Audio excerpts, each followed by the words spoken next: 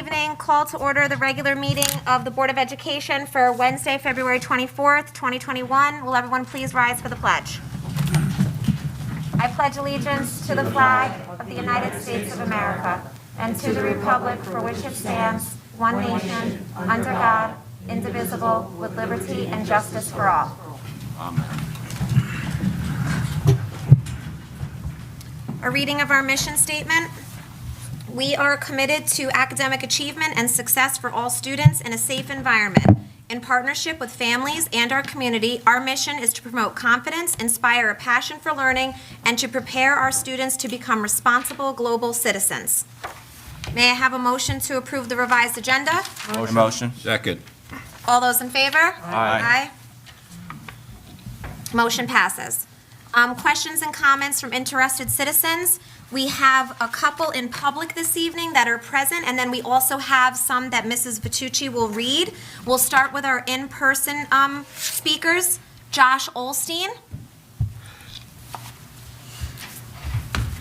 Right to the podium. Oh, right to the podium, I'm sorry. Thank you.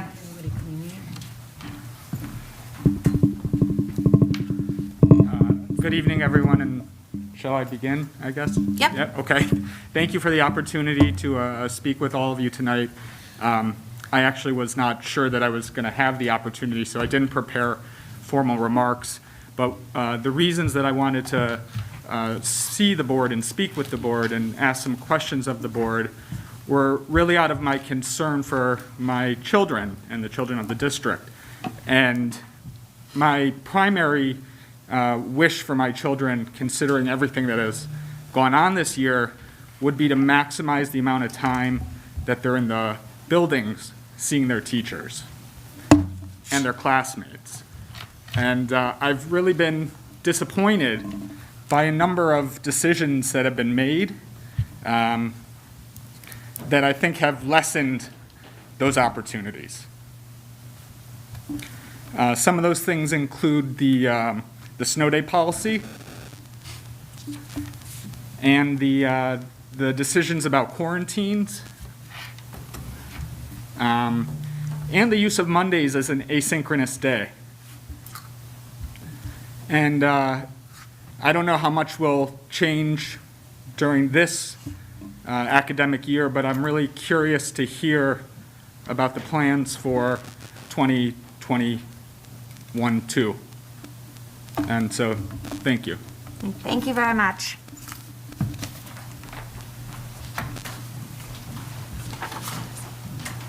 Our next in-person speaker is Matt Higgins. I'm sorry, just give her one moment to fix the microphone. Okay, go ahead, sir.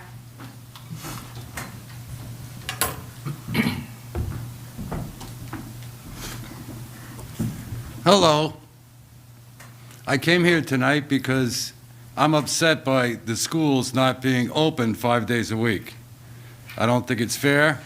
As a taxpayer, we pay a lot of money here for this school system. Am I going to get a break on my taxes? I don't think so. Nobody is, correct? But you're having 2 or 3 days of school, and it's not working out because these kids aren't getting a proper education. So they're all being denied what we pay for, a lot of money. And it's upsetting. And I'm sure I'm not the only one. But there's not too many people that get up and talk. And I happen to do that because I get upset by what's going on. And this whole thing, to me, it started off, let's face it, this started off and it was all closed. And then you partially opened it. But the actuality is these cases, it was driven by cases.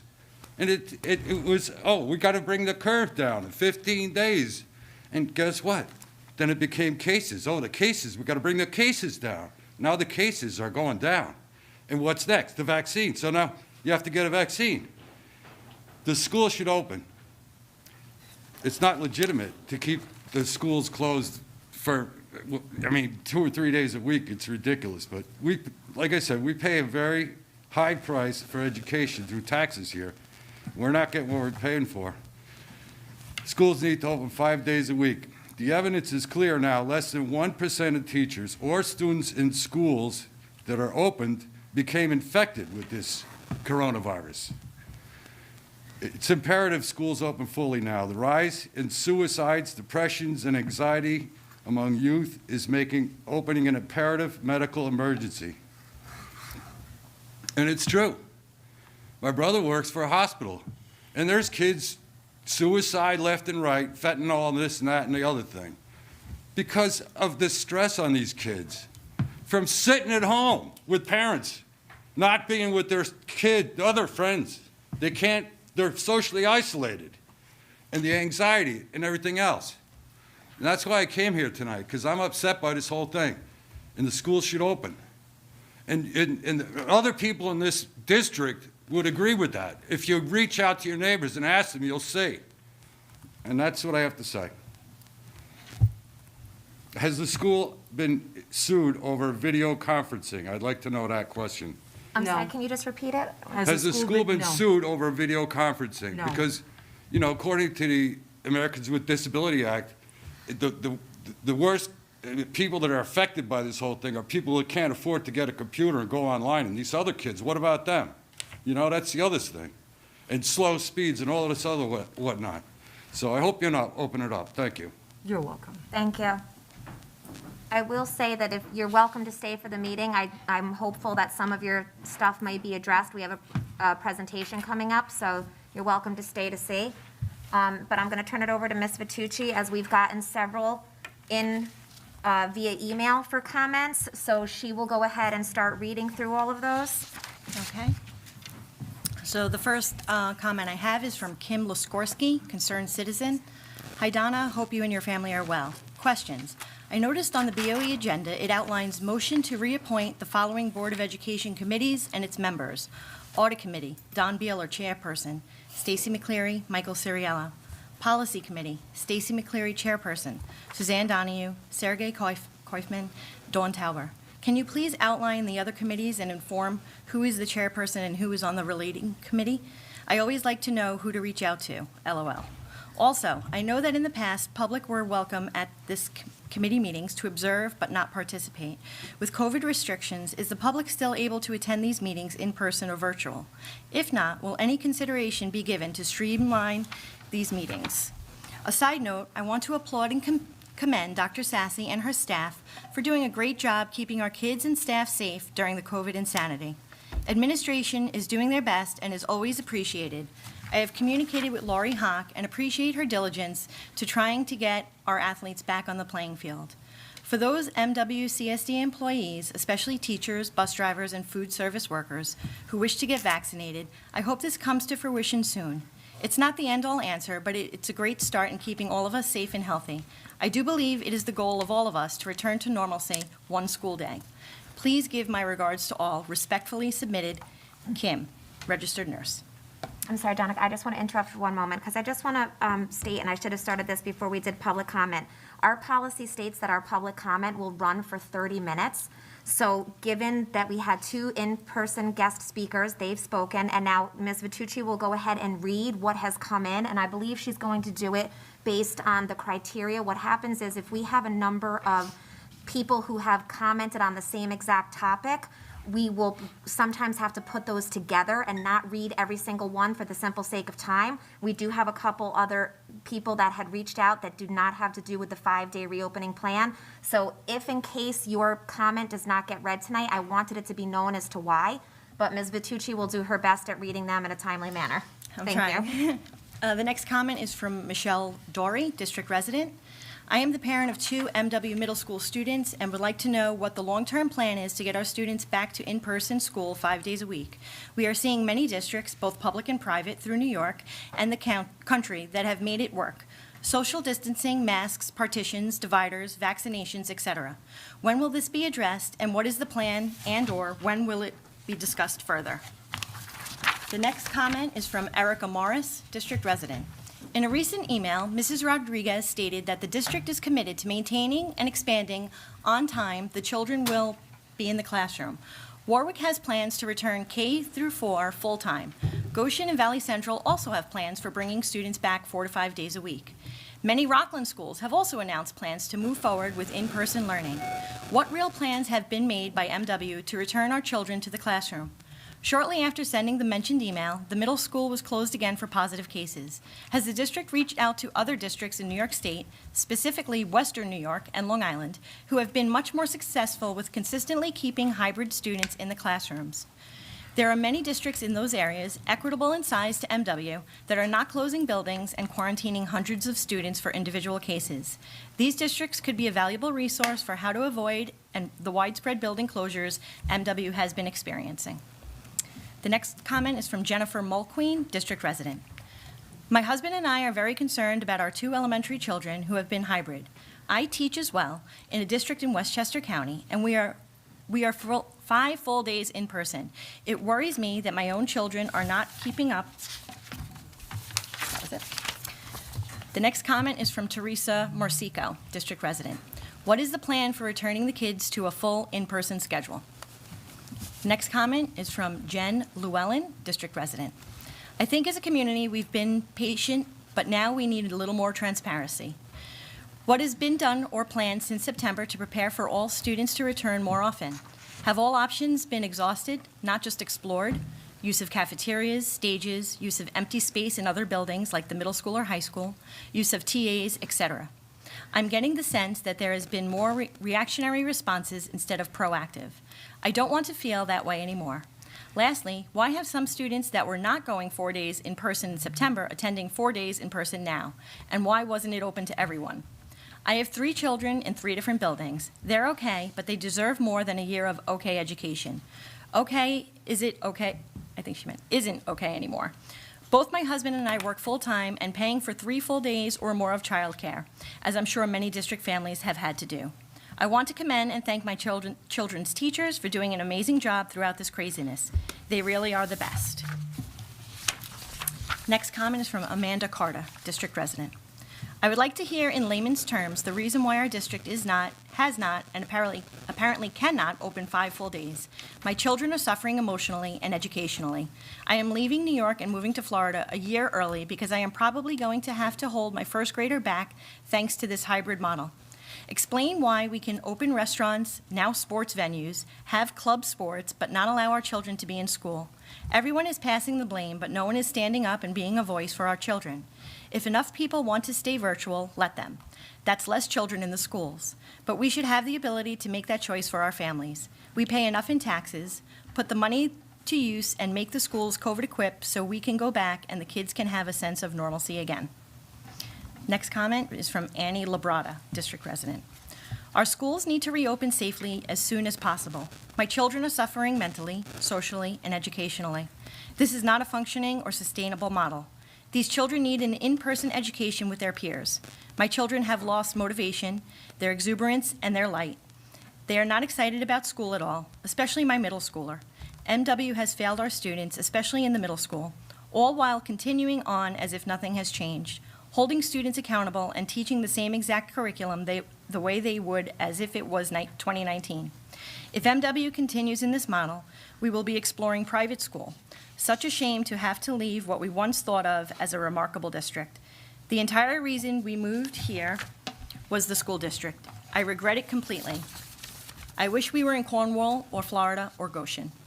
Please let the parents who want their kids to stay home do so, and the parents who want their kids in full-time to do so. The hybrid model does not work. The next comment is from Matthew Daly, district resident. My kids have been deprived of full-day school for almost a year. I have a 6-year-old and an 8-year-old, and this is destroying their learning skills and social skills to a point of no return. Our children are not the spreaders of COVID-19, and the Monroe-Woodbury schools need to be open 5 days a week, when surrounding school districts are already doing this. We demand schools reopened, and we also demand our high school taxes to be reimbursed for failure to comply.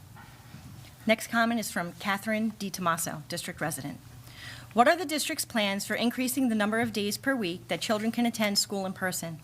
Parents deserve to know what the plan is going forward, rather than just waiting indefinitely with no information. The following districts in Nassau, Suffolk, have an in-person, everyday option for K-12 since September, using 3 feet distance, masks, and desk barriers. Bethpage, Massapequa, Carl Place, East Williston, Valley Stream East, Belmore Merrick, New Hyde Park Elementary District, Hopog, Three Village, Shoreham Wading River, Hewlett Woodmere, Island Trees, and Cold Spring Harbor. The following districts have announced plans to also bring their students back 5 days a week. Smithtown starting March 1st, HB, Garden City, Oyster Bay, Levittown, all by April, phased in, Miller Place, Port Jefferson, back 4 days, Valley Stream, March 1st, Islip by March 22nd, Rockville Center, Rocky Point, March 1st, Mount Sinai, 4 days next week. 6-foot distance is not a mandate, it is a guideline. If you have masks and desk barriers, you are able to use 3 feet or 3-foot distance between students. Does the district have any plans to follow what these other districts are doing so that our children don't continue to fall behind academically and socially? Next comment is from Randy Brogan, district resident. With neighboring districts and many schools across the state announcing plans for increased live instruction, I would like to know what MW's plans are. I have 3 children at 3 different schools in the district, and while I understand there are many challenges complying with the COVID school safety protocol requirements, I do not fully understand how other districts are able to offer 4 or 5 days of in-person learning. What are the roadblocks that our district are facing? What are the plans to overcome these and get the kids back in school? Every family has a different situation, and everyone is struggling. I just really cannot imagine sustaining this model in our home much longer. We're not okay. My children don't understand why their cousins are able to attend school every day, and they cannot. I would like to be able to explain it to them, but at this point, I don't have the answers, so I'm asking you to please be transparent and let families know why we haven't heard of a plan that brings the students in the buildings more frequently. Thank you. Next one is from Michelle Bond, district resident. As parents, educators, and administrators, we must all realize what a difficult year it has been for all of us. Last August, I was supportive of the district's plans to offer both hybrid and fully remote learning models. What I am disappointed about is the district's failure to evolve in recent months to propose new plans. There has been major progress in the last few weeks and months, and the science and facts both prove that school is one of the safest places for anyone, especially our teachers and children, with infection rates well below 1%. In our family's personal experience, the teachers have done an amazing job with the situation, but the truth is children are falling behind, and this is no fault of the teachers. I genuinely believe they are doing the best they can with the current model, but it is no longer working. Our children are falling behind academically and socially. We have yet to see what long-standing effects this will truly have on them. Please, please, please, stop pointing fingers and work together to create a new plan. A plan that takes into consideration the needs of parents and teachers, but most importantly, the needs of our children. We are wasting precious minutes, days, months. We need to take action before it is too late. And the next comment is from Maria DeLeo, district resident. Good evening. I am writing in regards to the graduation that has been tentatively scheduled for June 24th and 25th. Once I heard about this, I was in awe that this decision has been made 4 months prior to graduation. Although I do appreciate the fact that you are looking ahead and understand that a graduation of this magnitude is challenging, I am still confused. Last year, the administrators did everything in their power to try and have a traditional graduation for our seniors. Why is the class of 2021 not being given the same consideration? When I questioned why this decision was being made now, I was told with the current guidelines, it is too much for our district, our size, to accommodate one ceremony. I think being in a larger district is an advantage due to all the facilities available, both indoors and out. In addition, these guidelines are always changing. We are clearly in a much better position now than last June. New York's numbers are steadily decreasing and restrictions are being lifted. Schools are now in session, sports are being played, and venues are opening. Indoor entertainment centers and outdoor amusement parks will be opening within the next 6 weeks. So I ask again, why is the district prematurely making plans for an event that is 4 months away? Why is it okay to hold an all-night grad party on the same football field with bands, food trucks, seniors, and chaperones, but we cannot have a structured graduation ceremony where COVID protocols are much easier to follow? It was also mentioned that if the guidelines change, you will combine the graduation into 2 ceremonies while keeping the 2 o'clock time slots. However, nothing was mentioned about a nighttime graduation.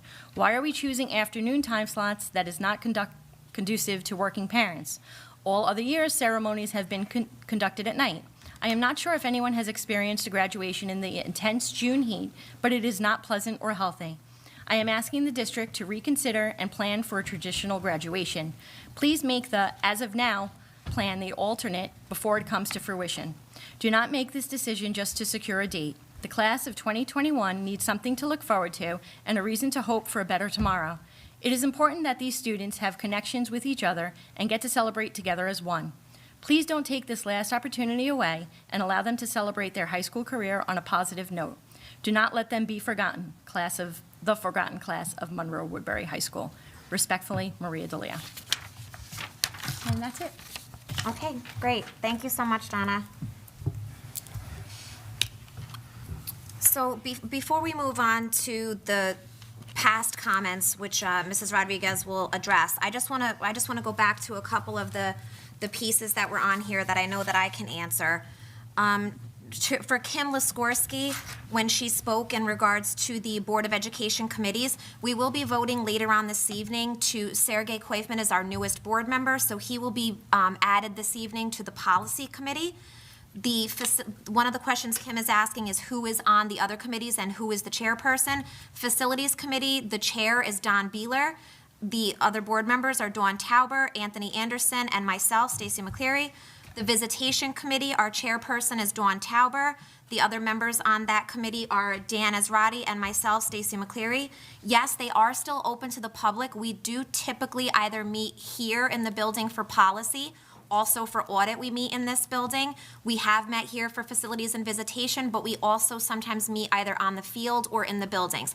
All of that information is posted on our district website through Ms. Vitucci, and it is open to the public. So if anybody would like to come, it is the same protocol that we have for coming this evening. You just need to please reach out to Ms. Vitucci so that she can plan accordingly. Sometimes if it's just 4 of us at a meeting, we meet in a smaller room, 6 feet apart. If we know that we're going to have more guests, we will change the venue and the location for the meeting to accommodate for that. So that's really the only restriction is, yes, you are welcome to attend, but you need to please reach out to Ms. Vitucci. Hopefully I answered all of the questions on there from Kim. A couple other notes, and I know Mrs. Rodriguez is going to give an updated report from CDC after we address some of the other comments, but we hear the messages. I know that I'm going to speak here tonight, and I know that the other board members can speak at the end of the meeting, but I'm pretty confident that I speak on behalf of all of us that sit here. The board members at this table and the cabinet members want our children in the school as much as physically possible. I assure everybody that. I've sat here in past meetings and I've said that exact thing. I vouch for that, without a doubt. We sit in countless meetings. This administration is doing everything they possibly can to bring our students in a safe manner and meet the criteria. I would love nothing more than to sit here and throw caution to the wind and say, bring everybody back and who cares about the guidance. We can't do that. The people that have reached out and given all of these examples, they're wonderful. We appreciate them. I can vouch that Mrs. Rodriguez follows up on some of those. She's reached out to other superintendents in other districts, in other counties, to see what it is that they're doing. How are they bringing people in? We have said this repeatedly, that we are under the auspice of Orange County. So while we are following New York State Department of Health guidance and recommendations, we are also under the guidance of Orange County. And some of those restrictions are stricter. It is public information. You can go to the Orange County website and see some of this, but that is what we are up against. I can only say that hopefully this evening when Mrs. Rodriguez gives her presentation, that some of this has started to change. But until the school district has that guidance, we as a board and an administration are doing the best we can to bring the kids in as much as possible. Without a doubt, I have 3 kids that sit in the seats here. I want them in the building 5 days a week like everybody else. So I'm hopeful that she'll give us some positive information this evening, but I just wanted to put that out there. I also wanted to just make a note for Mrs. DeLeo's last comment, and I know that this will get spoken about at some point as well. It's just being proactive. I think, there's 5 of us, I believe, on the board that have seniors this year. I want nothing more than to have an in-person typical graduation on the football field. My son had that. It was great. I loved it. I think it was the greatest thing. The problem is, again, based on the current guidance that we are facing, we don't see that happening. If that changes, then without a doubt, that's what we will do. The difference between the all-night graduation party that's being planned and the graduation ceremony is the all-night graduation party typically is attended by about 400 individuals and perhaps 100 people that come as volunteers. Our graduation, even if we limit it to 2 spectators only, which would be the graduate and 2 parents and staff, you're looking at least 2,000 people. That event takes place solely on the football field or solely in our parking lot, 2,000 people in one area. The all-night grad party, to my understanding, is being planned on our entire complex in groups of pods of 150. We will not have more, unless we're allowed, more than 150 kids in one area at a time, because that is what the current guidance is. If the guidance changes between now and June 26th, then by all means, I would love nothing more than to have a full graduation. And again, I assure you that in the meetings that we sit in, this administration wants the same thing. So I just want to put that out there publicly, that the board and the administration are constantly working together to push the envelope to do as much as we possibly can. I'll talk later about how Mrs. Tauber and I met with legislatures recently. We've been having conversations with them, but I just want it to be known that we are doing as much as we possibly can. Thank you. I'm going to turn it over to Mrs. Rodriguez to give us an update on some of the comments from previous meetings. So I've listened intently to what everybody has said. And I think someone, I don't know who asked the question, what are the roadblocks? And I think that's going to be critical for everyone to understand. This is not finger pointing. This is not me saying it's that person's fault. I simply need the community to understand that the roadblocks that I have are the following. So in September, when we opened school, we were required to follow several groups. First is the CDC, the New York State Department of Health, the State Education Department, and then finally the governor, who then gave the authority to the local commissioners to make decisions about how reopening schools. So when you talk about Long Island and you talk about Orange County, the rules are different. So I think that was really important. And so I brought with me the edict, because that's what it was, the edict that I got in September from the Orange County Commissioner that said the following: mask wearing requirements for all public, private, and charter K-12 schools and educational facilities, as well as public and private transportation services providing transportation to and from school. Not only do you wear a mask, but you have to be 6 feet of socially distant. And so I'm not here to say anything disparaging about the commissioner. That was her order, and I don't have a choice because the governor of the state said I had to follow her order. Now, if I lived in Long Island and the commissioner there said you can have one or the other, or you can follow the CDC, then I could have done that. So that's number one. Number two is, so she provided that document in September. That has not changed until recently. This past week, we received a letter from the Orange County Health Department who provided some flexibility. It made reference to the New York State reopening guidelines in regards to social distancing and provided districts with the ability to clear students to return to school after quarantining. So those are 2 major changes, right? In her guidance, she said, please reference the reopening guidelines. Now I go back to those guidelines and I research and I go through them and I say, what does that provide me? What flexibility does it give me? The second thing is that people talk about quarantining. When a child gets quarantined in Orange County, you had to have a doctor's note that would allow you to return to school. So if you were quarantined as a result of being in school and you came in close contact, you would have to get a doctor's note. There is flexibility in that as well, which is important. So I think that these 2 major changes will give us the flexibility that we need. I want to echo what Mrs. McCleary said, which is we want our kids in our building, but I also have to follow the rules, and I also have to make sure that our students are safe and our staff is safe. So with these 2 major changes, you'll be hearing from us. There'll be some updates. So I know that the 2 gentlemen that are here, I think maybe this is something that they're looking to hear. You will be hearing from us. We are going to be updating. There are going to be more days in school, but it's a process. As I said, we just received this information, and I think it's really important for everyone to know that. That's the piece on the CDC. Again, 2 major things: the flexibility to look at the guidelines from the New York State reopening guidelines, and also the ability to clear students on our own. So the school can clear students. We're in the process of creating that document so that if your child has been quarantined because of their exposure in school, there's a process for you to do that, and we have a doctor on staff, Dr. Sassy, who will fill out that, create a form so that you can do that. So with that, there is change coming. Within the next couple of weeks, you'll be hearing from us, and you'll hear some, I think, much-needed update. Then I'm going to go back to the comments, because I have to follow up on some of the comments that were here. This past, I guess, last meeting, we had Mrs. Lolnig. She had a comment, long comment, about several things. One of the things that she talked about was she felt that the district was really very much in favor of athletics. And we were allowing kids to do things for athletics and yet not doing it for our students as far as extracurricular activity. So the first thing I want to say, because I have this written out here, Section 9 decides what we do. Again, I wish that this district and that I would have the authority and this board could have the authority to do what we think is best, because I do think we know what's best. And I don't disagree with Mr. Higgins, who said, you know what, we've had little to no propagation of COVID as a result, and we've quarantined 1,500 people. 1,500 people have been quarantined, and I will tell you that that's not my decision. That is the decision of the Orange County Health Department, and I'm going to be very honest, sir. I'm going to speak directly to you because I have fought against that myself. I have asked to please give us some flexibility. So that's the piece that gets me upset, because I know how you feel, and I want our kids in school. You're 100% correct.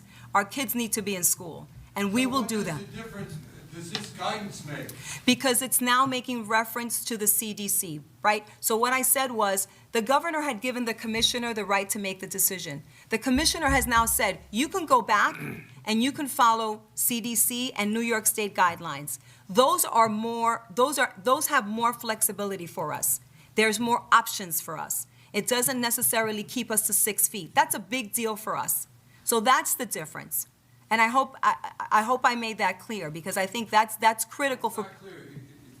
It's not clear from what you said. All you did was mention new guidelines. And where can I find out what those guidelines are? Sure. You know what? If you go on our website, the guidelines are there. And if you email me, I'll email you the guidelines that I'm looking at, so you and I can see the same thing. Okay, thank you. Have a good night. You too, sir.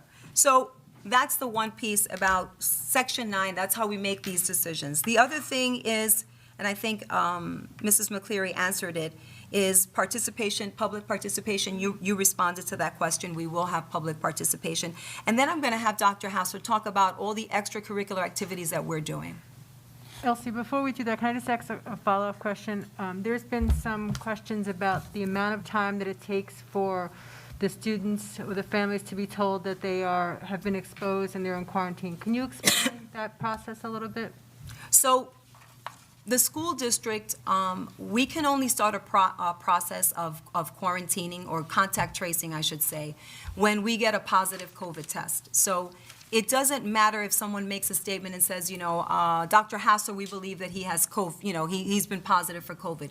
We have to get that information from the county. The county gives us that information, then we do our due diligence, and we go through a very thorough contact tracing. Sometimes there's days that go by, right? So a student is test positive, we don't get that information till the following Thursday. And so what happens is we then contact parents and we say, by the way, your child was exposed on Tuesday, and the parent is saying, but why are you telling me this on Thursday? Again, we can only act on information that we get, accurate information, which is a positive COVID test.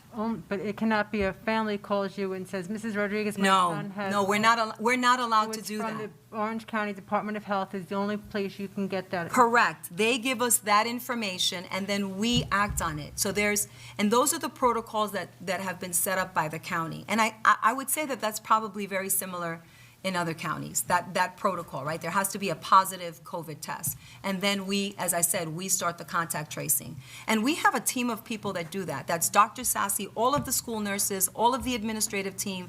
So when we get a positive case, they're all involved in making sure they have to go through a student schedule, they have to look at the bus, and so then they trace that student's, what they did that day, and then they go through the contact tracing. I just want to be clear to everyone that questions the process, that it's not that we are taking a long time to contact trace, it's because we can't initiate anything until you get the positive confirmation from Orange County. Correct. Thank And you. that's a really important piece. Thank you for bringing that up, yes. Does anybody have any other questions about that piece? Okay. Okay. So a portion of Mrs. Loning's question on, at the last board meeting on January 20th was about in-person extracurricular activities beyond just athletics, because at that time, there was discussions about the beginning of the winter sports program, and she was asking about, are there other extracurricular activities that kids are being given the opportunity to participate in person? So at the middle school, the wind ensemble, symphonic band, chamber orchestra, symphonia, and sixth grade chorus, they were all previously offered remote only because those ensembles were all before school hours.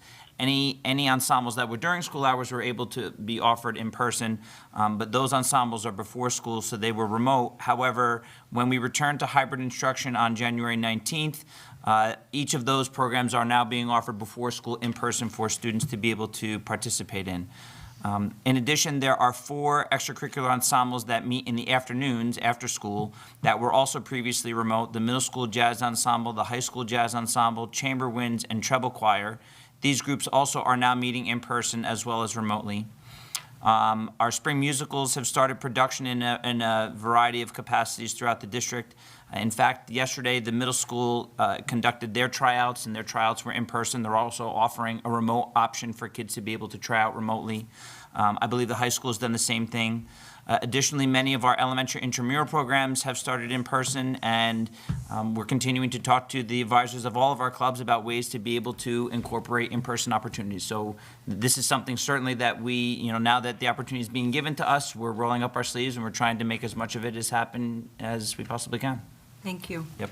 I think the last comment that we had was from Mrs. Ader when we did our athletics update. And so I did call Mrs. Ader yesterday. I did let her know that her comment regarding allowing students to self-remote when they're in season, we did meet. We met with our high school principal, our athletic director, and our middle school principal, and we all agree that we're going to allow the children to do that because there's great concern regarding these athletes who come to school and then they're quarantined for 10 days and then they're not allowed to play. So we are going to allow for that. And as I said, I personally called her yesterday. I do have one more update that I want to share. Unfortunately, I do want to share with the public that there has been some damage done to our fields and our tracks. We're currently assessing the extent of the damage, and so I just wanted the community to know the track and the fields will be closed until we're able to assess and obviously let the snow melt. And I will continue to keep the community informed as to the status of this situation. Thank you. Okay. Thank you very much.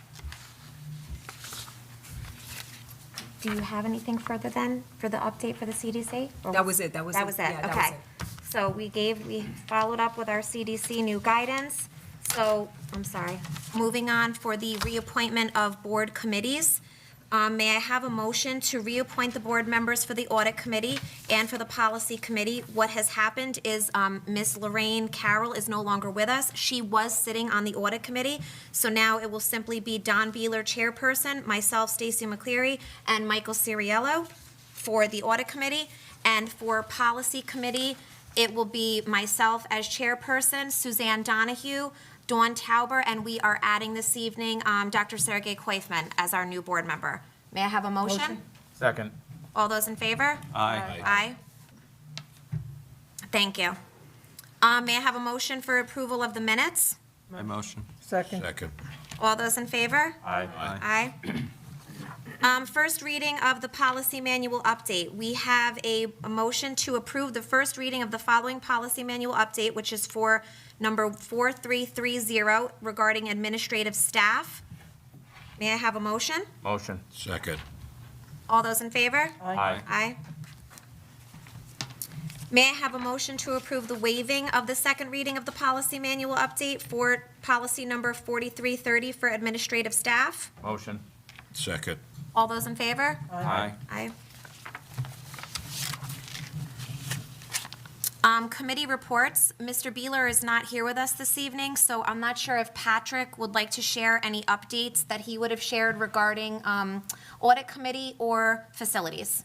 Yeah, Patrick? I'll provide some information about the Facilities/Visitation Committee meetings. So we had our last meeting on February 9th, about 2 weeks ago, and it was sort of a joint meeting of visitation and facilities, and we've been doing that a little bit more often than usual. And what we did is continue the discussion about capital projects that the district may need in the near future. And we've done a lot of work on this through our building conditions survey, which is a process school districts have to go through every 5 years where they sort of assess the condition of their buildings. And we also did a long-range facilities study with our architect and engineering firm. And so what we've been doing is we have this long list of things that we need and maintenance that's been deferred. And we've been reviewing that, obviously dealing with the costs and the expense associated with that, trying to prioritize some of these projects. And what we did at the meeting was also discuss the timing of the project. And a big, point of discussion was when would we go to the voters for a referendum? Because with capital projects in public school districts, the voters actually have to authorize the project and the expense involved and that sort of thing. So we were discussing, is this the kind of thing which we could do as early or as soon as October, like in the fall of 2021? Or just based on the global pandemic and things, do we wait? And what we discussed is the alternate date would be to wait till the spring of 2022, let's say May, align a referendum with the budget vote. So we also talked about the sort of the nature of the projects. We're talking about replacement of HVAC systems. So we're talking about boilers in our buildings, the heating systems.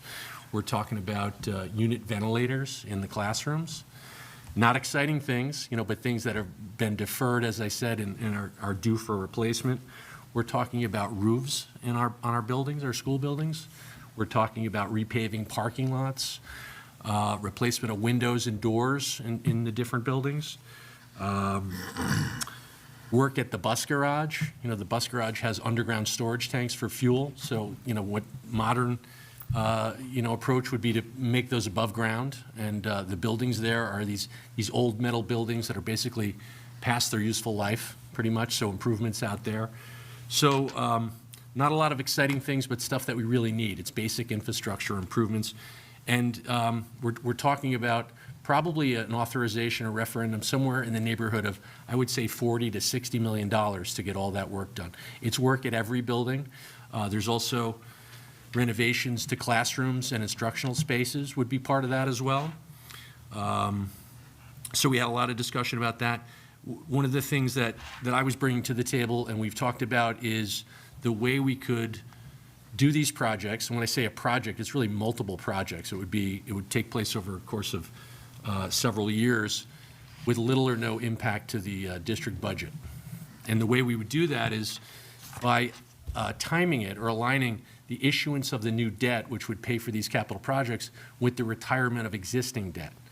So we're in a really good position where in the next 5 to 8 years, the district will be able to essentially pay off, it's like your mortgage, pay off the existing serial bonds that we have. So there's a fairly long lead time with doing capital projects like this. We have to go through a process where first we have to have the voters authorize this through a referendum. We'd have plans and specifications done by our architects and engineers. This would all have to be sent to the New York State Ed Department, and it takes months, maybe even longer, for their approval. You have to do bids on this. This is major construction capital work. And then the overlay of all this is most of this needs to be done during summer because we're a public school district. So it may sound like that's 5 to 8 years we're going to pay off these bonds is way, out there, but it's really something that we need to start to think about and plan for now. And so I think we have a little bit more work to do in that area, but that was sort of the gist, the thrust of most of the meeting. The other thing we talked about is some of the projects, smaller projects that we've been doing as a result largely from the visits by the Visitation Committee. And if you don't mind, I'd like to just sort of discuss a few of these. At the high school, we installed a security vestibule in the front of the building, and it's essentially a vestibule between the outer doors in the front entrance and the inner doors, and it's nearly ready to be finished. It's about 80% complete. The only thing that we have yet to do is install the electronic locking and unlocking mechanism on the inner doors. We installed signage, 15-mile-per-hour signage in the building, and we did a painted sidewalk along the side of the building from Lot 12 down to the lower lot. So that was something that Visitation Committee looked at. We talked to the school principal, John Casti. We thought about an actual sidewalk, but realized it wasn't feasible. So we did a painted sidewalk. So that worked out fairly well. At the middle school, I won't go through everything, but exhaust fans were looked at and repaired. Some of that was due to, air circulation that was required due to COVID. The pool was refinished. We updated the HVAC system there. It's called the pool pack, so that improved that area quite a bit. The pool area girls' lockers were replaced. We made some improvements in the kitchen. Kettle and a stove heater were installed. At North Main Elementary, we also made some improvements in the kitchen. Some equipment was installed. New flooring in the second and third grade wings.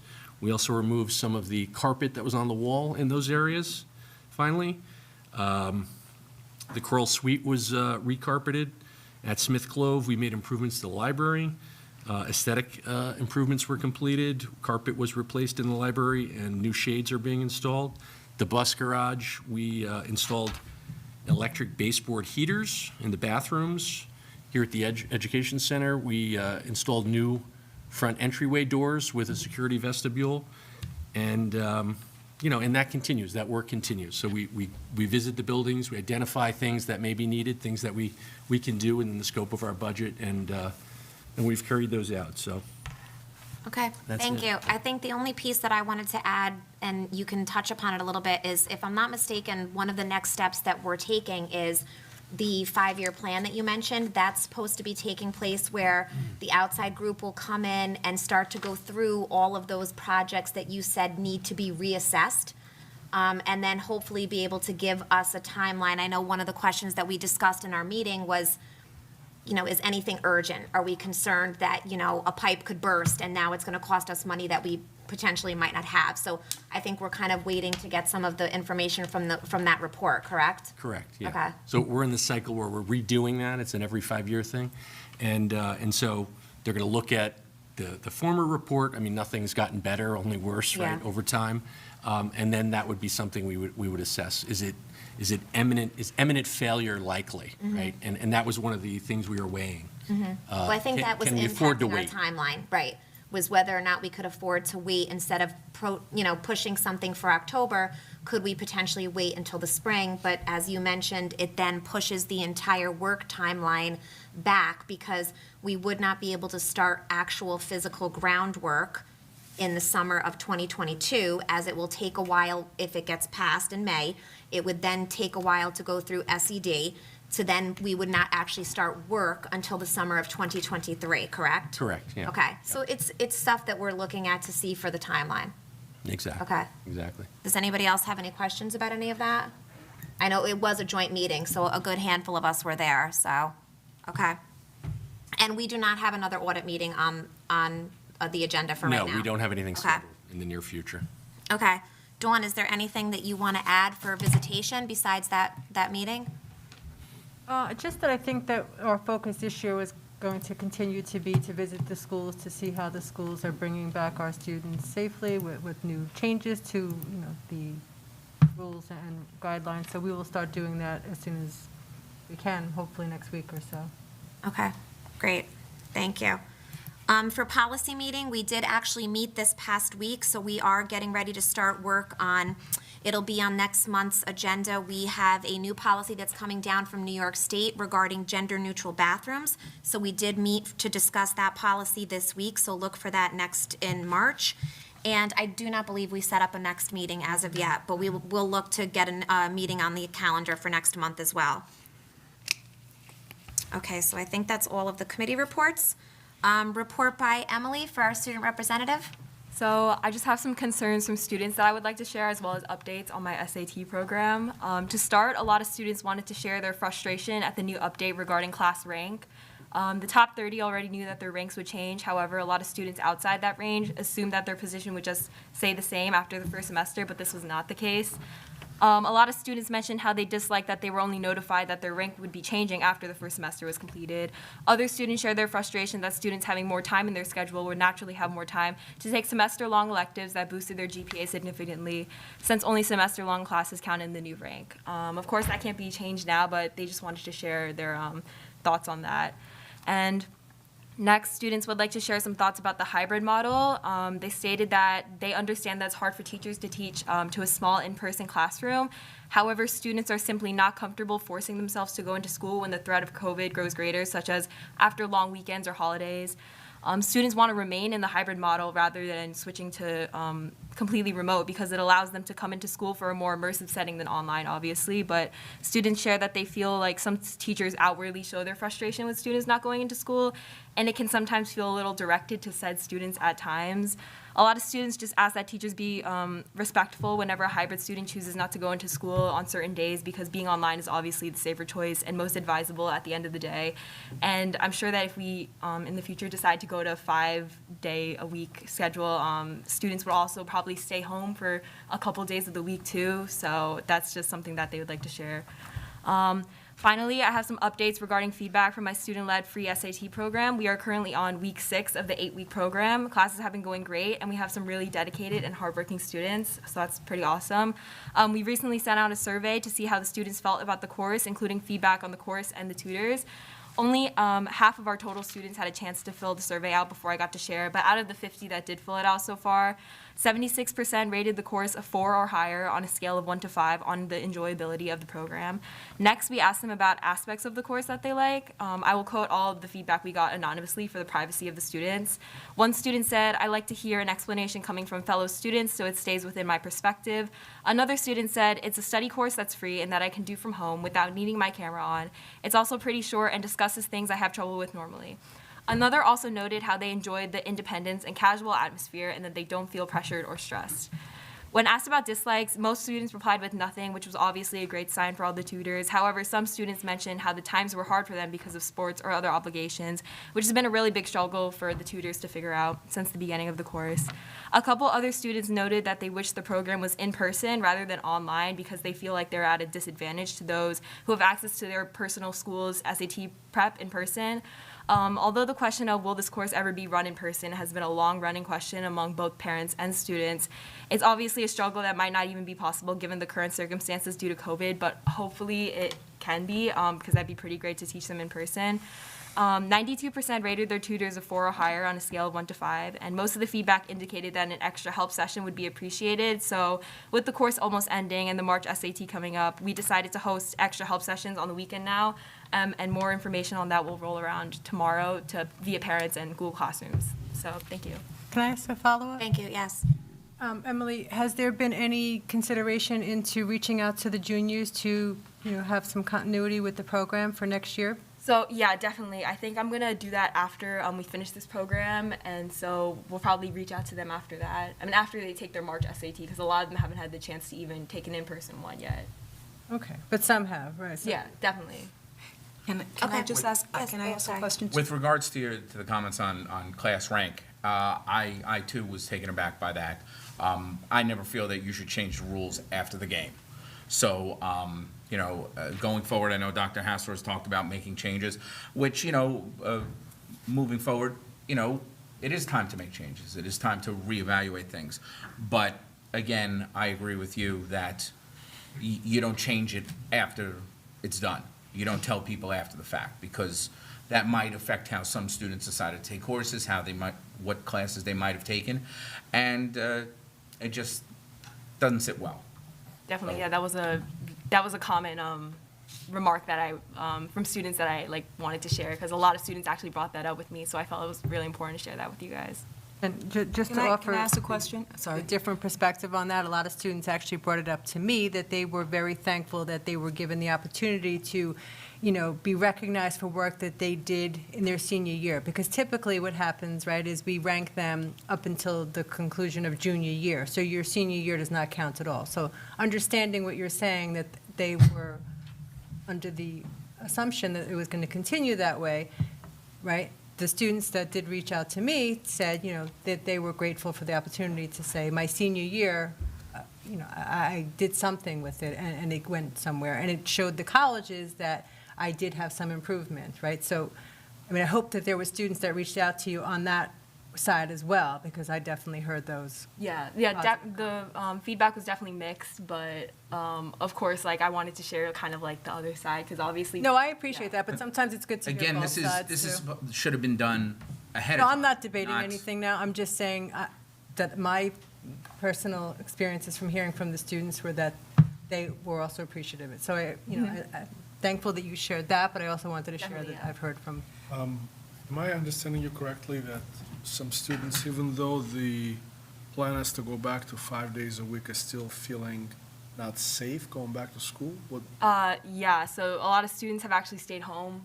I went into school on Tuesday, and it was pretty empty, and a lot of friends and stuff either had been contact traced or they just chose to stay home personally because, a lot of students did travel during the week break, and obviously that would be uncomfortable for anybody, but like a lot of students personally share that like they just want that flexibility that comes with the hybrid model personally, and it's something that they don't want kind of like to strictly follow because of course parents are also worried about the safety of their children kind of going to school every single day. So Why? I mean, a lot of my friends are seniors, so it might be like a senior thing. Maybe talking to like freshmen or Can I sophomores. just ask you a question? Because I hear you. But you talk about a lot of students, and I'm just wondering, how do you gauge the feedback? Is it something that you send out a survey and say, what does everybody think? How do you gauge the feedback that you share with us? So the class rank issue, students actually came to me personally. I didn't really have to reach out about that, so I Okay. felt that was a very like raw piece of information to share with you guys. Okay. And the issue about the in-person has been something that I kind of talked to teachers about as well as students, and it was kind of a mix of both results. Like teachers are obviously like frustrated, but Right. No, I Yeah. understand. I'm just trying to understand because your role here is super important. And so when you sit here, you're sharing the feedback, and it's really important to get the feedback from a lot of the constituents. So it's just more of a question for me because, in the beginning, you said that the students were concerned about coming to school, but wanted to have school 5 days a week, but wouldn't be coming to school 5 days a week. So I'm just. I said like if there was a plan to come back 5 Right, days a week. right. I personally don't know anybody that said they want to come back 5 days a week, but I think that parents really want to push that, and I completely agree with that. Right. so. I just, from my perspective, I think it's important when you get feedback that there's some tool or mechanism, so it's not just people who have access to you. Yeah, definitely. It's anyone who wants to send an email and share that information with you because you represent, a large constituents of students. Thank I you. think, too, I have a question for Emily regarding that. And again, because a lot of us on here have students, and I know my own students have self-remoted on occasion for a variety of reasons, and we've discussed that. I mean, again, one of the great things about this board and the cabinet is we share. So we're appreciative of you giving that outlook, because I know I've expressed that from some of the things that I've heard, not just with athletes, but for right now, and I know Mrs. Rodriguez addressed that for going forward, sometimes the kids were self-remoting because they were concerned that they would get quarantined while they were in the building, and that would prevent them from then participating in their in-school sport. But we also have a lot of athletes who participate in outside school sports. So I brought that to the attention that there's a lot of students that are doing it for that reason. Another reason, and I've heard this because, again, you guys are teenagers and you want to live your life. I mean, I've heard, well, I'm not going to go to school this week because I've got a family party this weekend. And again, the fear was that they would be quarantined, and the restrictions for the quarantine are you must quarantine for 10 days in Orange County or then take your COVID negative test. And so I think that's been a factor as well. And I'm hopeful that based off of some of the input that Mrs. Rodriguez has given us tonight, that some of that quarantine guidance will shift a little bit, because we've expressed that a lot of the kids don't want to come to school for fear of being quarantined. And as Mrs. Rodriguez has said, we've quarantined over 1,500 people. And some of our kids have been quarantined multiple times, as I'm sure Emily, knows. And it's frustrating for them. So I get that. So I certainly appreciate their honesty. And hopefully some of that will change, because yes, I hate to tell you, and I know you guys, the seniors is different, but our underclassmen, you know, the goal for September is back in school 5 days a week, God help me. So, I have you know, another it's gonna be a culture shock for these kids. Another question for Emily, please. Emily, yeah, I'm very thankful that you give us the report as far as the high school students, but it seems like every time you do have an update, it's specific to high school feedback. But you're the Board of Representative for the entire district, K-12. So have you reached out to any of our K-5 or middle school students to see what's going on with them? So I actually haven't, because I've been like kind of busy, but that's definitely something I want to do moving forward, especially since hearing about like the reopening plans. I just want to like know what the middle schoolers think about that as well. I personally don't have a lot of access, but when I do ask juniors and seniors and even like sophomores, I do ask them, if you have any like siblings, can you please share what they're thinking as well? So I can kind of reach out to them in that way. But I think that there's a way for you to have some communication with those younger students. Mrs. Rodriguez, right? She could reach out. Sure. You Yeah. can always reach out to the building principals and let them know you'd like to, you know, even if you had a Zoom meeting, because Yeah, I know it's definitely. hard for you to go in person, but if you wanted to, you can reach out to every building principal and, you know, and set that up, because they can certainly give you access to some students, and you could, again, Google, I didn't mean Zoom, but Zoom or Google, whichever one. Of course, yeah. That way you can kind of hear it from the students themselves. Okay, thank you. Moving on to personnel, I'll pass it over to Matt. Thank you very much. So there are a number of things on the agenda tonight under personnel, but one thing are the number of retirees, and it seems like that list continues to grow. So this board meetings list, the number of hours or the number of years given to our district tops over 300 for the list of people who are retiring. So that is an incredible amount of time given to our district. I do look forward to celebrating them later in the school year when we do at our year-end celebration. And with that, I respectfully request approval for the items listed under personnel. Motion. Anybody- Just answer. I was gonna say, does anybody have any questions? I guess, are you going to be starting the process as early as possible to fill the vacancies that are left by the? Yep, absolutely. retirement? So we've started that. We've posted a number of positions. I do have a recruitment fair this Saturday. As you may know, that March 1st is the date that teachers and teaching assistants need to let us know that they're retiring. So I anticipate we'll have even more people by March 1st. And then once that happens, we can do our full postings for all of our positions. And you expect the number to go up between now and then? Yeah, I would think so. And that's, the March 1st is a cutoff for, The March 1st is the cutoff for the contractual retirement incentive. Okay, but- So there could be people even who don't let us know until after, if they're not so as eligible. long as they get, isn't it like a 30-day window that they have to give for retirement, if, let's say, they chose to? Oh, yeah. No, yeah, that At any time, so even if they miss the March 1st cutoff for the contractual, incentive. they can still, you could still get large. Yeah, and I anticipate there may be some who are not eligible for the incentive who would still submit their letter. Okay. Thank you. No problem. Thank you. May I have a motion? Second. All those in favor? Aye. Patrick for business and financial. Yeah, Stacy, I would also respectfully request the approval of the items listed under the business and financial section of the agenda, which include our monthly financial reports for December, acceptance of donations from Jeff Campbell with Hungry for Music. It's 8 violins and 5 violas, 1 alto saxophone from Karen Penna, a $250 scholarship from Unistat, which is our fiscal advisor, for a high school senior attending college or university next year, and $90 to the high school for MW Cares for the Blackbaud Giving Fund through New York Life. So we thank everyone for those donations and their generosity.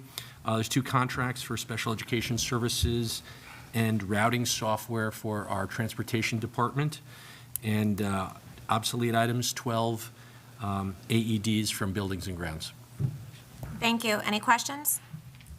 May I have a motion? Motion. Second. All those in favor? Aye. Committees on Special Education and Preschool Education, may I have a motion to accept these arrangements for the committee from, 15.1 through 15.4? Motion. Second. All those in favor? Aye. Aye. Reports by board and central office. Dr. Koifman? Am I putting you on the spot again if I start with you? I'm glad that we're having discussions about potentially reopening schools and hopefully following the CDC guidelines to bring children back. I certainly understand all the anger and frustration that comes out of from the community, but hopefully we can do it in a safe manner. And just wanted to also congratulate our graduating seniors and wanted to give Godspeed to our Monroe-Woodbury swim team that is going to the sections, and hope everybody stays healthy and well. Thank you. Dawn? Well, I'm sure that a lot of people are going to say similar things that I'm going to say, but they deserve all the recognition. So my first thing I want to say is congratulations to Coach Earl on his national and state recognition as the Girls Coach of the Year for golf, right? Mm-hmm. And I want to also congratulate the boys and girls varsity bowling team for their win in sections as well. And I want to say thank you to Lori Hawk for her initiative for the live streaming, and Dr. Vias for making it all come to fruition. I think it's so exciting that we're going to have live stream available for all of our events and ceremonies for our families and parents that can't watch it. And I want to give a thank you to Patrick and all of the facility members and visitation members that have put so much into figuring out the capital plan and where we're going for here, and making all the recommendations. I don't know if Dr. Hasser is going to speak about the work that we're doing with eye-opening, but I do want to give thanks to everybody that's been working on that, especially Dr. Hasse, who has really taken the lead on something that Christine Ricker and I had initially brought together, but Dr. Hasser stepped up and he's coordinating a lot of pieces of that. I hope that you'll talk about the work of the Equity Task Force a little bit when you give your update. And I want to say congratulations to all the retirees and welcome to all of our new faculty and staff. And I think that's it. Oh, and I just wanted to also talk about the ice skating event that the senior class committee had planned. That's a group of the senior class advisors and the senior class officers and some parents that have been trying to put together some events for our seniors monthly to get together and do some things to give a little bit of normalcy to their senior year. That's it. Thanks. Have a good night. Thank you. Don? Yeah, I just look forward to getting all the kids back in school, like a lot of other states are doing, so hopefully that'll happen soon. Okay. Thank you. Suzanne? Yeah, I'd really like to congratulate Emily on the work you're doing. I'm listening to the comments, and I think it's awesome. And I'd like to wish everyone a good night. Thank you. Emily, anything else? I just want to say that listening to all the parents kind of saying that with the current model, like their kids aren't learning as well, like that's completely understandable, but it might be a little like insensitive for the teachers to hear.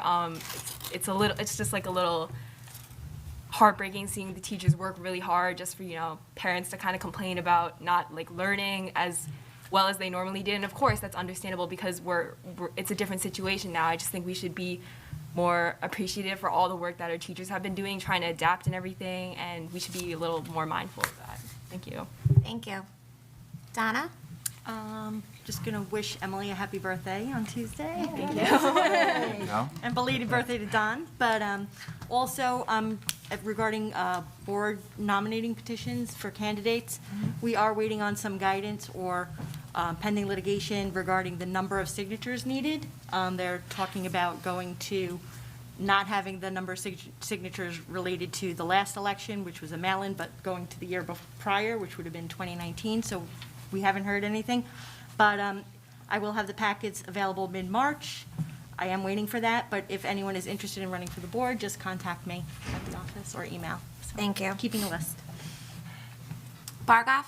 Congratulations to all the retirees. Today was the first event that we live streamed, thanks to Ms. Hawk and Dana Krastansky with the local live work, and the live stream quality was really good. So we are excited about that. We're looking forward to live stream some more concerts, moving up ceremony, and various events throughout the school district, not just the high school. Bargoff, a question on that. I was reading through some of the information regarding the program, and it says that there's staff on site. Is that our staff, or does somebody come in from the company? So in the beginning, that they will be coming from the company. We are looking to actually explore some ways to work with our AV club, Dana Krastansky, and working with Lori Hawk to involve students. Ultimately, our goal is to involve our students to kind of run this whole setup and manage the live events, because once they have that experience, they have a little bit more possibility to get some jobs. So with the exception of sports, there's also the ceremonies and Yes. such. So what determines if that's going to be live streamed? Is everything going to be live streamed through this? I would say mostly, and this is kind of a pilot, so we are still learning the process-wise. Our goal is to, obviously, we had the opportunity with starting with the sports, but then we have some musical, the concert would be coming up, the moving up ceremony in the various 2-5 or K1 buildings or middle school buildings. So what we have done so far, we have actually purchased the 3 fixed cameras and 1 mobile camera. That would go around, the 1 mobile camera will go around pretty much anywhere that we want with the internet connection. So that's kind of the key point for us to use that specific camera in different buildings. And ultimately, once we get the master the process, we will involve our students. So they will be the one running it, and then the support from the company will be available remotely whenever it's needed. And you mentioned that the students involved are from the AV club at both the middle school and the high school? Yes.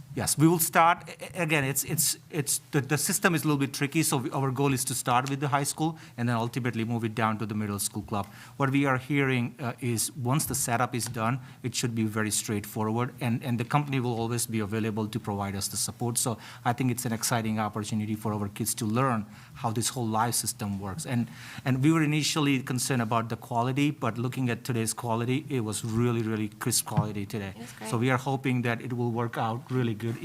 Even the audio was pretty crisp. And the beauty of this, we have done a huge infrastructure work as a part of Smart School Bond. So we have the network present in almost all the common areas. So we are excited about that.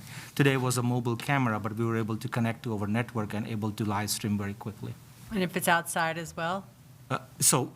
Yes, outside would be a little bit tricky because we had to see where is the nearest drop in terms of either the hardwire, because that's the best way to get the better quality. The camera does come with the Wi-Fi, but obviously when we put on a cell phone network, the quality will be a little bit down. So we will still learn with some of the initial events, and then I think once we get enough events under our belt, we'll get a better idea of how this will work for the whole district. Thank you.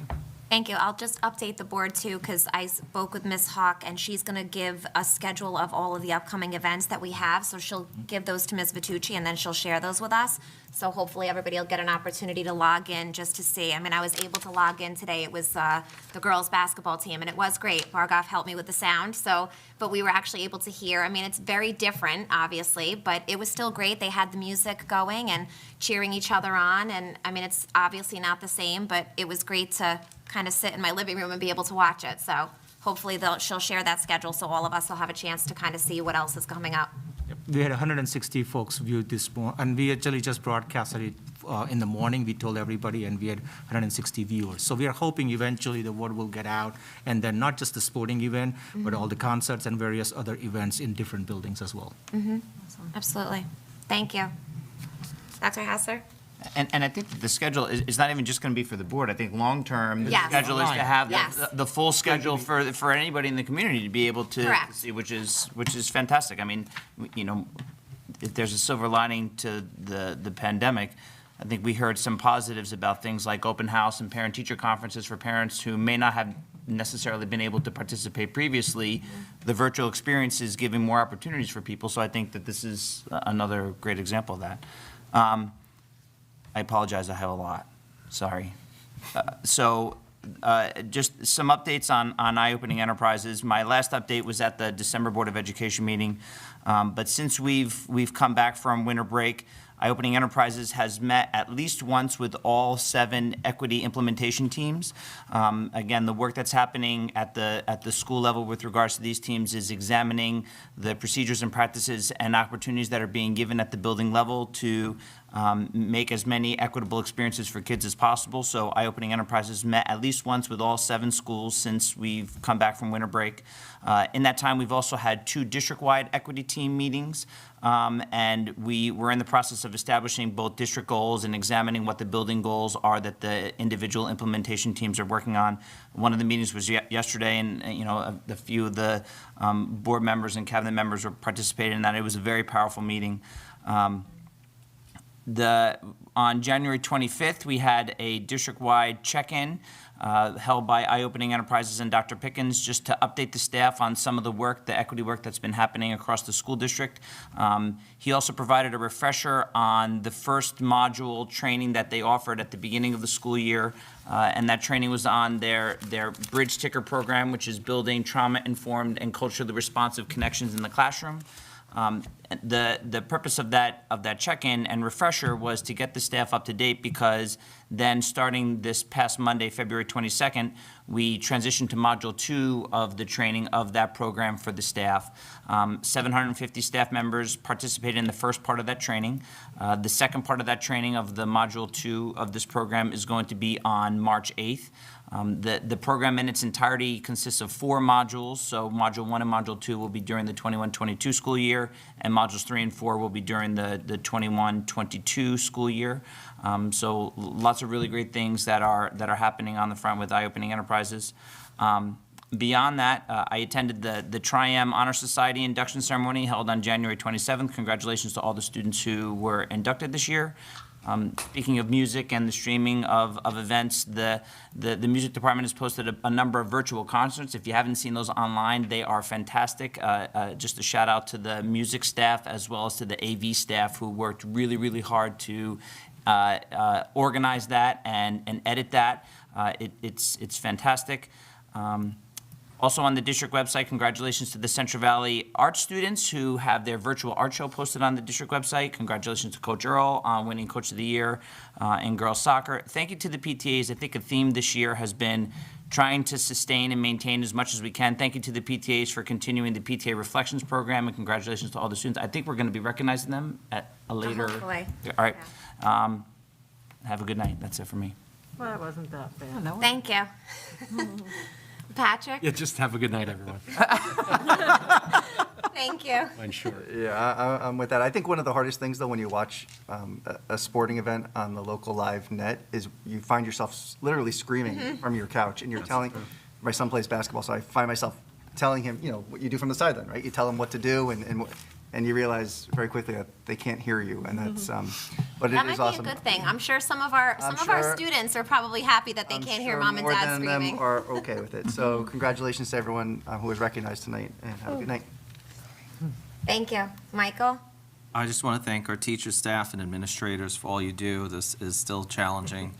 I look forward to bringing back our students in for in-person learning, and I want to wish best of luck and wishes in retirement for all our retirees tonight. Thank you.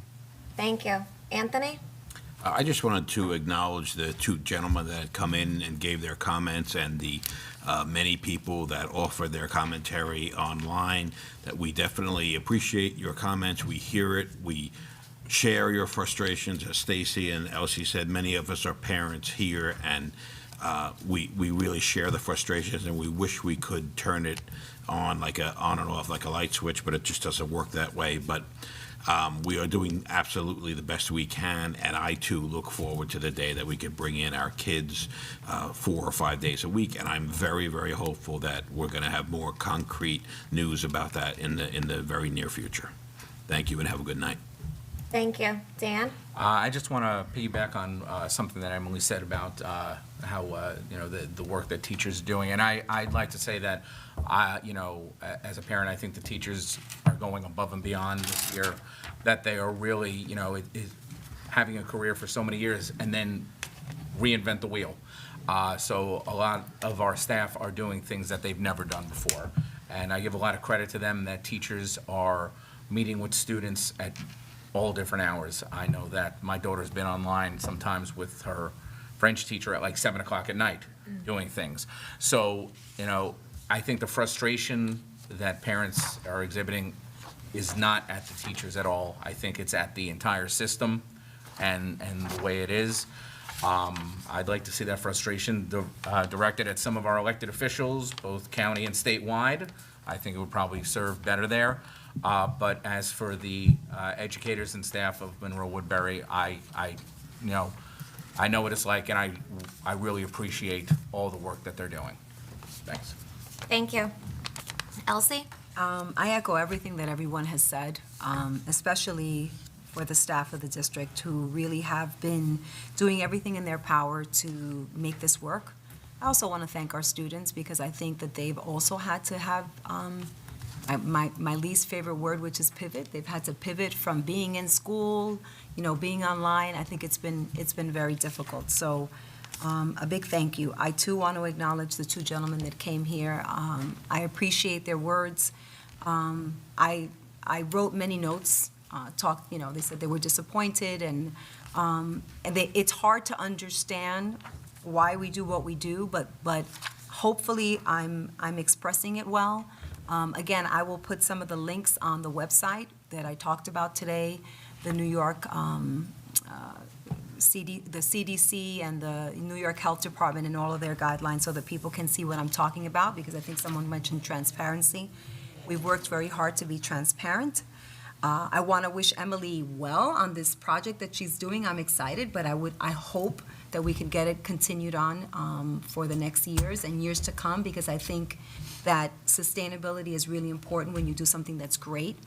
So I look forward to that. I also have some news that we have a student, I can't say her name. She is a senior in our high school, and she just received the New York State PTA Susan Smaller Commitment to Advocacy Youth Award. The purpose of this award is to encourage seniors to pursue post-secondary education or training and to continue their active engagement in advocacy in the areas of HIV/AIDS, the LGBTQ community, mental health, social justice, or substance abuse. Suzanne was a member of the executive board of the New York State PTA, and this award is named for her advocacy in these areas. So the student, I don't want to say her name because she's going to be given this award on Saturday. I will mention her name at our next board meeting, but congratulations. This is the stuff that we want our students to do. We want them to be advocates, and we want them to pursue that career. And then everybody's talked about live streaming, so I have the next date. The next live streaming is boys swimming and diving sections on Saturday, February 27th at 1 o'clock. And then we're also live streaming the boys basketball purple and white games Saturday at 1 o'clock as well. And isn't it great because you can live stream two games at the two different events going on at the same time. And with that, I just say thank you and turn it over to Stacy. Okay, thank you very much. I want to thank you for the update, and I appreciate you putting everything on the website. I, too, want to thank all of the comments that come in. We truly are appreciative of it, and as I said earlier, we feel that. We 100% are with you. We want that, and as I stated earlier, the cabinet wants that as well. So hopefully we'll start to make some progress in getting our students back in the building as much as possible, although that might be to the chagrin of some of the kids that Emily spoke about. I want to thank Ms. Vitucci because she has kind of taken on a new role this year as we are in person, and there are people who are comfortable coming to give their public comment in person. We are allowing for the virtual public comment to go through Ms. Vitucci, and she has done an excellent job at reading those all the time, especially on a night like tonight when we had several, so thank you so much for doing all of that. I want to piggyback on something that she mentioned in regards to the becoming a board member. For anybody else who is interested also, and I know she mentioned this at a previous meeting, if you go to our district website and you scroll down into the archive of news that has come out, on February 8th of 2021, we released information that Orange County BOCES is giving a workshop, for lack of a better word, I apologize, that is being held on Saturday, March 20th, and also Tuesday, March 23rd. There's information on that link on the website of who you can contact, and it's an opportunity for you to go ahead and learn what it is about to become a board member, and if you should then decide that you'd like to join, then you can reach out to Ms. Vitucci to get your packet and go from there. So I just wanted to mention that to anybody that might be interested. I want to congratulate all the retirees too. I wish them all the best and thank them for all of their service that they've given to the district. I want to say thank you to the administration and to everybody who has participated in the Crusader Chats. I know that it has been valuable information for our parents to receive, and for those that can't physically come to these meetings, might not have time to sit and watch these videos, the Crusader Chats have been a great way for them to get some information, so I appreciate that. I'd also like to congratulate Coach Earl for his success with the girls' golf team. I think that's wonderful. Congratulations. Dawn and I were able to attend the NYSBA conference on February 3rd, an event that's normally held in person in Albany, but this year everything was virtual. So we did go ahead and have the opportunity to participate in some of the workshops, and then part of that program is also us being able to meet with our local legislatures. So we met with Carl Brabenek, Colin Schmidt, and James Skoufis. We actually have a couple of follow-up meetings with them, and as I stated earlier in the beginning of the night, we are in their ear about giving us as much support as possible of reopening and bringing our students in. So we have follow-up meetings with them, and hopefully they'll be able to share some better news from Albany. But to Dan's point, by all means, I encourage everybody to be reaching out to our county officials because they need to be our voice in Albany in order for us to hopefully get our kids back in school more. I want to congratulate the National Honor Society inductees who will be inducted next week, Dr. Hassler, I believe, on Thursday. Yep. So there is a virtual ceremony for over 150 kids, 120? At least 120. Okay, at least 120 students, so congratulations to them and all of their efforts. It's a great opportunity for them.